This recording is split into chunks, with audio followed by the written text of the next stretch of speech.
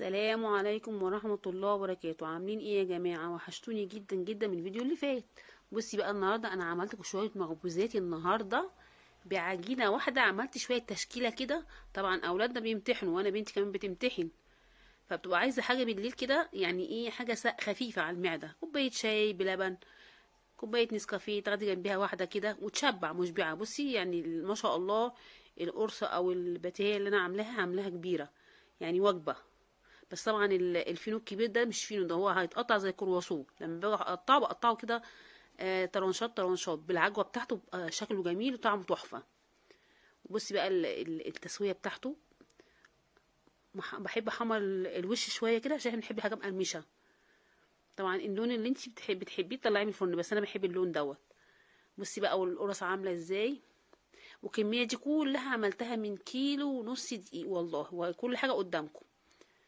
عمل كميه جميله جدا، ملا البيت خير كده. دي بقى بالجبنه القديمه اللي هي عبور لاند، دي طعمها خطير جدا في الحشوات. عملت بالجبنه وعملت بالعجوه، يعني عملت حلو وحادق. وده بقى تطلعي الترنشيه كده، بس مطرح ما انا اقطعها بمقص بالسكينه. بصي العجوه فيه، وبصي بقى الطراوه بتاعته والهشه بتاعته. واللي وصل لحد هنا يا جماعه، اعملي لايك للفيديو واشتراك للقناه. كل سنه وانتم طيبين بمناسبه السنه الجديده، والسنه الجايه ان شاء الله تكونوا كلكم في احسن حال، احنا وانتم والجميع يا رب.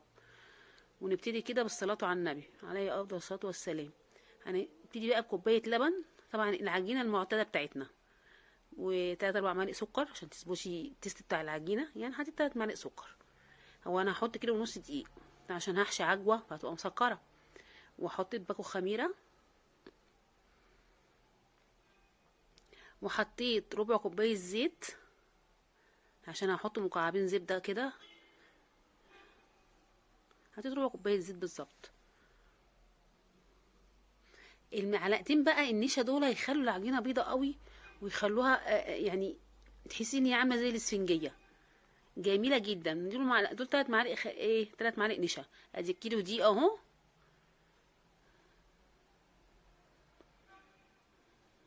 وادي النص التاني، نص بالظبط. حطيت نصه اه. يبقى كيلو ونص دقيق بالظبط. خلصي بقى كل اللي انت عملتيه ده كله، وبعد كده ايه، حطي بقى ايه ميه، اضافات ميه تاني.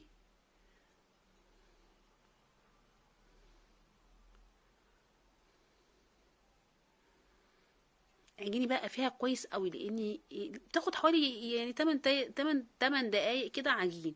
هو العجين، بصي بقى جبت 4 مكعبات زبده كده بعد ما عجنتها، عشان اخلي العجينه ايه، عجنتها شويه لميتها شويه يعني، بدرجه حراره الغرفه.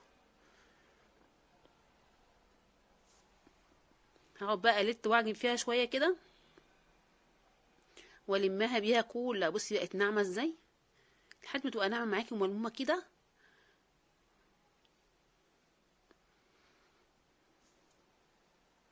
وعجينه الفينو او المخبوزات الافران لازم تكون بتلزق حاجه بسيطه، ما تبقاش قاسيه قوي. تلزق معاكي بس كده، بس تطلع من ايدك، بس هي تطلع من ايدك كده لازقه. وبعدين تسيبها تاني. بصي ايدي نطفت ازاي من العجين وعجنتها خلاص. هغطيها بقى واسيبها حوالي ساعه كده، ساعه ونص تخمر. انا بقى عندي عجوه كنت عاملاها حطها في الفريزر. بجيب العجوه واوضبها، بس انا بجيب العجوه بلح عشان انا مش بحب العجوه الجاهزه. وانضف النوى كله اللي فيها واقلبها كده. انا عاملاها برضو على اليوتيوب، هبقى انزلها لكم. واسيبها في الفريزر، وقت ما اعوزها اطلعها. هعملها بقى صوابع. بصي اهي، اجيب بقى الحته كده هعملها صوابع كده. الاول بجهز بقى ايه، الحشوات بتاعتي. هعملها صوابع كده واركنها عشان الوقت بس. خلاص كده عملت بقى الكميه اللي انا عايزاها. اجيب بقى العجينه، هجيب كره عجينه كده، افردها بالطول. طبعا اللي انت عايزاه. انا طبعا عشان الوقت وعشان هعمل يعني تشكيله، فانا ايه كبرت بقى الايه الكرواسو بتاعي الكبير دوت اللي هو عامل زي الفينو، عشان اقطعه بالسكينه كده وما ياخدش معايا وقت. يعني تقعد في المطبخ كده، انا وقفت بالظبط تلت ساعه شكلته، لاني عملت الحاجه كبيره. انت بقى عايزاه تعمليها صغنوني صغنوني كده، اعملي صغيره. كل واحد طبعا على حسب، انا قلت ايه، طلعوا واحده وياكلوها والموضوع انتهى.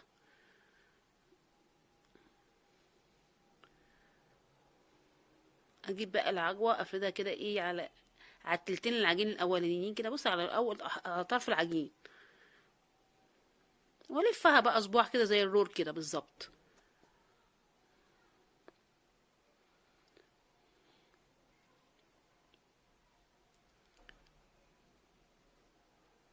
الحاجات دي بتبقى جميله جدا في البيت. بتبقى إيه مثلا انت بتعملي الاكل واتاخرتي شويه، ابنك جعان، بنتك جعانه، بيجيبوا واحده كده وياكلوها، بيصبروا نفسهم لما نعمل الغدا.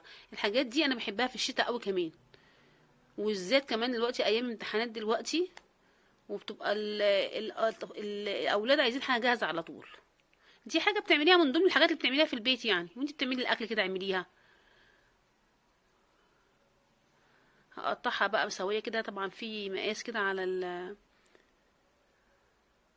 على فردة العجين. هقطعهم قد بعض، احاول اطلعهم قد بعض عشان يبقى شكلهم حلو، واقفلهم بقى من الجناب كده. والعجينه خفيفه واقتصاديه. واجيب مقص كده واروح ايه مشكلاهم كده على الوش او بالسكينه، فتحيهم كده ونص زي العيش الفرنساوي بالظبط كده شكله. كنا بنجيب زمان صباع الفينو كده مقطع من النص، من شرخ كده جميل زي العيش الفرنساوي زمان. بقى دلوقتي الحاجات دي ما شاء الله عدت المبالغ. انت لو رحتي جبتي كيلو ونص دقيق دول من الفرن، اللي انت عملتيه بكيلو ونص دول، هتروحي تجيبيهم ب 200 جنيه وزياده. عملته. بصي جبت المقص، بصي على حرف المقص كده، روح مفتحاه بس كده تفتحات، يديله منظر وشكله حلو. خلصتي بقى خلاص كده. هنيجي بقى للشكل التاني. ما انت شكلي زي ما انت عايزه، الشكل اللي تحبيه. انا طبعا اخترت الشكل الاسهل ليا.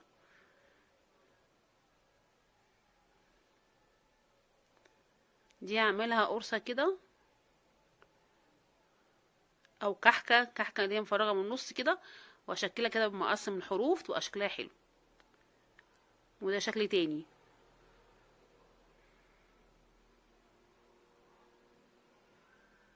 الزقها كده واروح جايبه بقى المقص، طبعا العجوه فيها برضه، واروح ايه مشرق عاملاها كده زي بتاعه الفرن بتاعه بره بالظبط، بس انا طبعا بتاعتي كبيره. ده من بره بتبقى صغننه قد كده. وبعد ما بخبزهم كلهم بحطهم في علب كده، علب او علب تلاجة، وتحطيهم في الفريزر او تحطيهم في الكيس، وتطلعي بقى منهم كده وتسخني. ولو طول الصبح انا بطلع في الصبح كده في علبه كده، اروح مطلعه تشكيله بيفكوا من غير اي حاجه، من غير ما تسخني.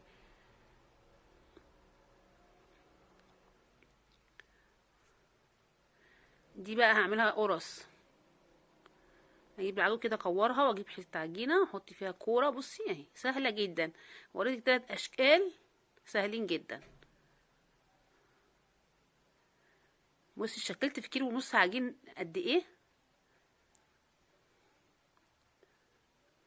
عملتها كوره كده ودخلتها جوه العجين، ودي كده عملت قرص. عندي بقى جبنه اللي هي القديمه اللي هي العبور لاند، وعندي قطعتهم كور صغيره بقى دي، واحط فيها الحشوه والفها بس باي شكل. اي شكل هيطلع شكلها حلو. بصي تلفيها كده زي المحشي بالظبط، تفرديها فرده خفيفه كده وتحطي جواها الجبنه وتلفيها. هجيب بقى بيضايه واحط عليها شويه لبن، بس البيضه هاخد منها صفار بس. ده اللي انا عملته بالجبنه، بص شكله جميل ازاي. هجيب افصل البياض عن الصفار، واحط عليه شويه لبن، واحط عليه شويه فانيليا عشان يخلي ريحه العجين بتاعي حلو. وطبعا عشان زفاره البيض ما تبقاش في العجين. بصي احط عليهم شويه فانيليا.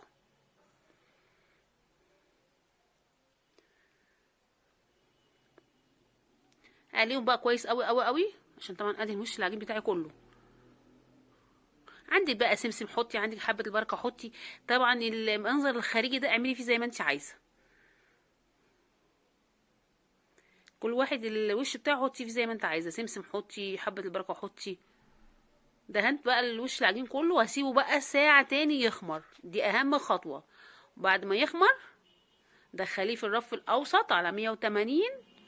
بصي واتفرجي بقى على الجمال، اتفرجي بقى على الخير اللي انت بقيتي بيه البيت. من ساعه، من نص ساعه بس وقفتيها في المطبخ انت بتعجنيه وبتسيبيه يخمر، وترجعي له تاني، وهكذا.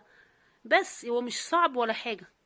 السلام عليكم ورحمه الله وبركاته، والقاكم ان شاء الله في فيديو جاي باذن الله على خير وسلامه.